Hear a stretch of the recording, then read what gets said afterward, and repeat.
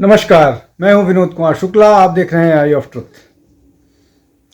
आज हम बात करते हैं जिस तरह से संसद के दोनों सदनों में जो लोकसभा और राज्यसभा के एमपीज़ हैं उनका निष्कासन हो रहा है उनके अनरूली बिहेवियर के कारण। और अगर मंगलवार तक की बात करें तो 141 लोगों को उनके व्यवहार के कारण निष्कासित किया जा चुका है। ये खबर सामान्य भी नहीं है, लेकिन ऐसा क्यों हो रहा है कि विपक्ष पूरी तरह से अपने व्यवहार को लेकर के एग्रेसिव है और सत्ता पक्ष भी कोई समझौता करने के लिए नहीं तैयार है। ऐसा पिछले अगर 3-4-5 सत्रों की बात करें तो कोई न कोई ऐसा मसला हुआ करता था जब विपक्ष के पास मुद्दा हुआ करता था और उस मुद्दे के कारण संसद का बहिष्कार होता था, चाहे जो भी मसला रहा हो। कई सारे मसले रहे हैं जिसमें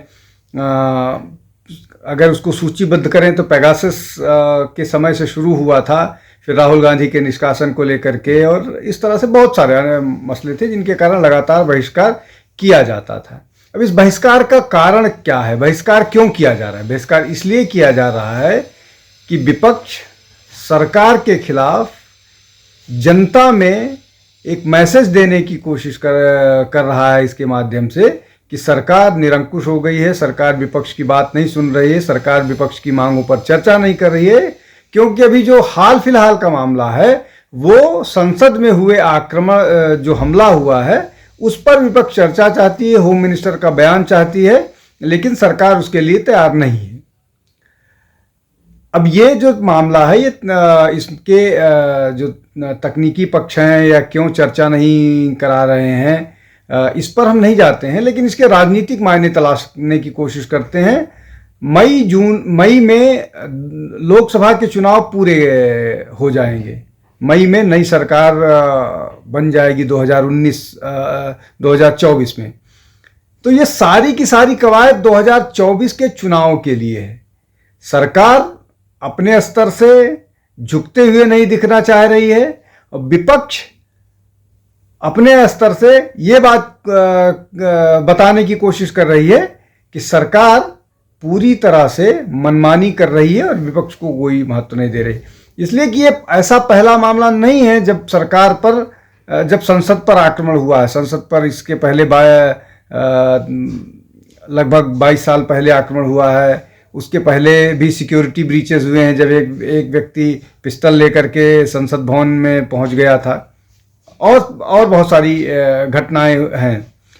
लेकिन क्या, जैसा हम अक्सर अपने इस आई ऑफ ट्रुथ पर चर्चा करते रहे हैं, क्या विपक्ष की जो निगेटिव कैंपेनिंग है, क्या विपक्ष की जो नकारात्मक सोच दर्शाती है और कोई कंस्ट्रक्टिव पॉजिटिव एजेंडा के साथ जनता के पास जाने में अक्षमता जो है वो उनको एक बार फिर चुनाव जिताने में या चुनाव में कोई बेहतर परिणाम दे सकती है? कुछ विषय हैं सरकार के पास जिनको सरकार का या सरकार में जो दल प्रमुख है भाजपा, उनका अपना एक सेट एजेंडा है, उनके पास स्कीम्स हैं, उनके पास हिंदुत्व है, उनके पास राष्ट्रवाद है, उनके पास लाभार्थी हैं, उनके पास योजनाएं बहुत सारी हैं। तो इन सब की ताकत पर वो जनता के बीच मजबूती से बैठे हुए हैं, पहुंच रहे हैं।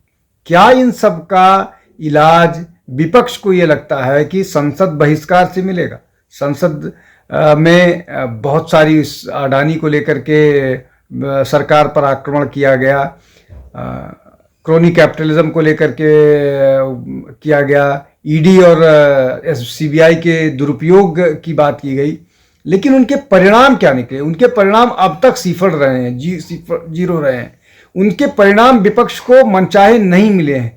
तो क्या एक ही स्ट्रैटेजी, जिस स्ट्रैटेजी पर विपक्ष नाकामयाब होती रही है, उसी स्ट्रैटेजी पर काम करके फिर आगे की सफलता की गारंटी है? ऐसा होता नहीं दिख रहा है। तो क्या ऐसा नहीं लगता है कि विपक्ष को अपनी नई स्ट्रैटेजी बनानी चाहिए, भाजपा को काउंटर करने के लिए नए हथियार चलाने चाहिए? वैसा होता नहीं दिख रहा है। तो क्यों विपक्ष लगातार ट्रैप में फंस रही है? ट्रैप में इसलिए फंस रही है कि विपक्ष के पास न कोई योजना है, न कोई नेतृत्व है, न कोई लोग हैं जो उनकी योजनाओं को कार्यान्वित और उनको लागू कर सकें। विपक्ष के पास सिर्फ निगेटिव एजेंडा है, और शायद निगेटिव एजेंडे को जनता न सुनना चाहती है, न स्वीकारना चाहती है, न उसको आगे करना चाहती है। दूसरी तरफ कांग्रेस बहुत सारे राज्यों में चुनाव जीती है, लेकिन जिन प्रॉमिसेस के साथ, जिन योजनाओं को लागू करने के साथ वो चुनाव जीती है, उनको लागू नहीं कर पा रही है, लगातार नाकामयाब रही है। ये एक बड़ा संकट विपक्ष के सामने है। तो अब इसमें भी दो तरह की चीजें, एक तरफ डिलीवरी है, दूसरी तरफ प्रॉमिस ऑफ डिलीवरी है और फेल्योर है। एक तरफ प्रॉमिस ऑफ डिलीवरी है और डिलीवरी है, मैं कह रहा हूं कि अगर डिलीवरी 50% भी है तो है, और दूसरी तरफ पूरी तरह से फेल्योर है। बाकी जो बचा है वो निगेटिव कैंपेनिंग दिख रहा है। तो ये जो पूरा का पूरा वो कैंपेन है, बावजूद इसके कि इसका मैसेज सरकार के खिलाफ जाना चाहिए, ये मैसेज जा रहा है कि विपक्ष न काम कर रहा है, न काम करने दे रहा है, और ये विपक्ष के लिए घातक है। विपक्ष को इससे बचने की जरूरत है शायद, लेकिन जैसा मैंने कहा कि विपक्ष लगातार भाजपा के ट्रैप में फंस रहा है, और उस ट्रैप का ये है कि वो निगेटिव कैंपेन कर रहे हैं, पार्लियामेंट का बहिष्कार कर रहे हैं, संसद में हल्ला गुल्ला मचा रहे हैं, संसद चलने नहीं दे रहे हैं, और आर्ग्यूमेंट ऐसे देते हैं जो निगेटिव जिसका इम्पैक्ट होते हैं। मुझे लगता है कि भाजपा से लड़ने के लिए चाहे इंडिया अलायंस चाहे कांग्रेस, इनको अपनी योजना में, अपनी रणनीति में निश्चित तौर पर पुनर्विचार और बदलाव की जरूरत है। आज के लिए इतना ही। अगले हफ्ते या अगले अंक में किसी और हमारे चैनल आई ऑफ ट्रुथ को सब्सक्राइब कीजिए YouTube पर, इसे फॉलो कीजिए Facebook पर, Instagram पर, Twitter पर और कू पर। हमारे चैनल के बारे में फीडबैक देने के लिए हमें मेल कीजिए ioftruth.6@gmail.com पर।